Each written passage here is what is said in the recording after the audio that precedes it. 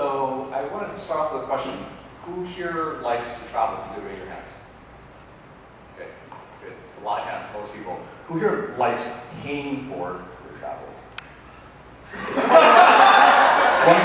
One person, less like I expected. Okay. So good evening, everyone. My name is Joseph Lay, and hopefully tonight I'll be sharing with you all a little bit about how traveling with credit cards works. And a lot of folks might be wondering how that works. And for most credit card companies, American Express, Visa, a lot of folks may know that they charge a fee for the merchants, and that is returned to folks who use their credit cards in the form of points that which can be used for travel and different things. So a little bit about this hobby. How did I first get into this? I will say that before I knew what a social security number was, or before I was old enough to apply for credit cards, my mom was applying for credit cards in my name without me knowing, and handling all of the management. She would spend on it, she would pay for them, and indirectly she was actually building up my credit for me, which I'm very, very grateful for looking back. And that's also just a little quick reminder for you parents who have kids, they don't need to be 18 for credit cards. So besides being super cute, kids have value from the day they're born. So why do I like this hobby? I find it fascinating because I think it's really flexible, and as an engineer I see it as an optimization problem. And also, lastly, I wanted to kind of share an example with folks. Earlier this year, I got married, and so in March and April, we actually, my now wife and I went to Hawaii on our honeymoon. And so I wanted to kind of show an example of why I would care about this, or why people should care about this. Has anybody been here before? Okay. This is the Moana Surf Rider in Oahu, Hawaii. It's where we stayed. It is actually the oldest hotel in all of Oahu. And it's a beautiful hotel. And wanted to show folks pictures there. And I wanted to show folks an example of what this might have looked like if we had actually just gone and paid for it, right? Sorry, it's a little bit small. Round trip airfare for two, okay, $600 each. That hotel, the actual price for the exact dates that we stayed was $2,270. We would have spent about $550 on rental cars, $700 in food, $400 for miscellaneous things, coming out to a total of over $5,000. Does anybody have $5,000 they want to burn on travel? I surely don't. Okay. So what I want to show folks is what I actually spent on this. Southwest, buy one, go one free, fees only, $22 for 2 people to fly round trip. Instead of paying for the hotel, I just paid for the resort fee, which still kind of sucks, but hey, I'll take $270 over that. Rental car, also on points, $0. I guess you could put in $50 for gas. Food, because I have status at the hotel, so we had a full service breakfast every morning for free, lounge, for waters, kept the activities the same. All said and done, roughly cash out of pocket about $1,000. It's a little bit, but I mean, for a honeymoon to pay $1,000, I think that's pretty solid. So here's us in Moana. It might look a little familiar because it's you see the pictures from the former slide. Okay, and has not seen what a $4,000 smile looks like. That's what a $4,000 smile looks like. Okay. I want to give another couple examples. My parents are from Taiwan. I grew up in America, but we go back to Taiwan all the time. For folks paying cash, why would you want to invest in looking at credit cards and points, right? Very cheap season, it can be $400 round trip in economy, all the way up to $1,400 in high season for just for economy. Or you could also pay 70,000 United points, which for folks who don't play with points, you might not know kind of how much that is. Just by signing for one credit card, you could pick up 50,000 United points, which is a value of about $1,000 towards that ticket on a high season.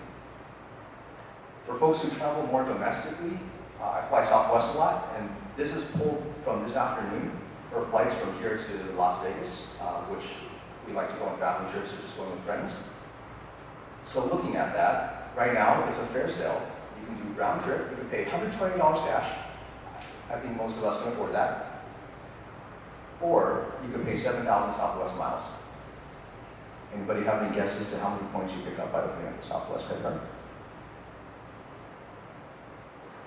50,000 Southwest points, which means you could go, you and a friend, to Vegas, round trip, 3.5 times for free. I put a little asterisk there because you still have to pay the $5.60 to the government. So what are some of the intangible benefits of traveling this way? For most of the folks here in the room, it looks like folks are usually around my age or a little younger.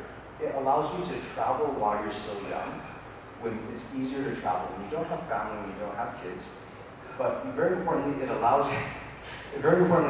you to take trips that you wouldn't normally be willing to pay out of pocket. If you had told me, hey, you can go on honeymoon, it's going to cost you $5 grand, I probably still would have done it because it's honeymoon and I love her. But it would be a lot less palatable than $1,000. This is for money that you already spend. So this is for charges that you're already going to be spending. You can charge them on a credit card. And also, by the way, it actually builds your credit profile. So when you're ready to do things like buy a car, buy a house, you're in a very good position.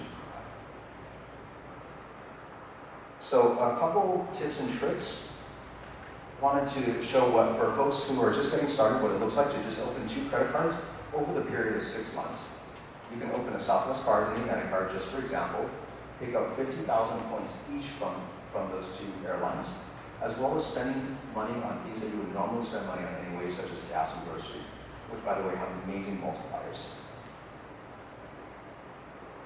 Some things to be aware of. It does take a little bit of research, a little bit of detail, but some tips and tricks for folks who are interested in this is to start early, and I mean from an early age, but this is combined with learning how to use credit responsibly, which I'll touch on in just a second. Spending a little bit of time doing learning and research, it would really go a long way, and it's actually a fun hobby. It gets you, this is something that Daniel and I have in common, and we have very interesting conversations that you wouldn't think would happen, and it's really kind of contributed to our friendship. There's a little nuance to this bullet point. I'm going to say start with chase cards. There's a very specific reason for that I'm not going to get into, but if folks are interested, we can talk about that a little bit more offline. Very, very importantly, start young, but use credit responsibly. Don't overspend just to earn points. I think it goes without saying. Don't spend money you don't have. Very, very simple. And always pay in full. Make sure that you're not owing anything, you're not paying any interest. Auto pay is your friend and will allow you to kind of set it and forget it. Very, very importantly, have fun. This is a hobby. It's very flexible. There's never anything with credit card that's really like, hey, you have to do this. Or if you're feeling stressed about it, it's probably want to adjust something. So make sure you have fun with it. I do want to close by sharing a little bit of personal growth that besides being an interesting hobby that credit cards has lent to me, when I prepared for this talk, I had an opportunity to look back to 2018. And the people here in the picture are mentors of mine from Sacramento. And I got an email from one of our church friends in Sacramento letting me know that there had been a medical emergency and that my mentor, Ryan, on the right, was in the hospital. And I didn't really think much about it until I prepared for this talk and realized during that time, because I had points, I was able to fly his son back he was going to school, I think it was at UC Irvine, and I was able to book a last-minute ticket for his son to go back and see him in the hospital and go back to school. If I didn't have those points, I wouldn't have been able to do that. And I don't raise this to talk about how that was such an awesome thing that I did, but by having those, it actually allowed me to be a part of the church community that God provided for me in providing this mentor for me all those years ago. And I thought that was really meaningful because God works in cycles and in different seasons, and He provides for His church family in different ways. I probably hadn't talked to Ryan in about a year and a half, 2 years at that point, and I thought that was very meaningful. And lastly, I also have learned through my amazing wife, Kimmy, that when it comes to points, these are all things that God gives us to be stewards of. I'm a Myers-Briggs ISTJ. I struggled a lot with this because I have a hard time decoupling the concept of points versus currency. To me, I was like, they intrinsically have value, and a point is money. Money is a point. It's the exact same thing.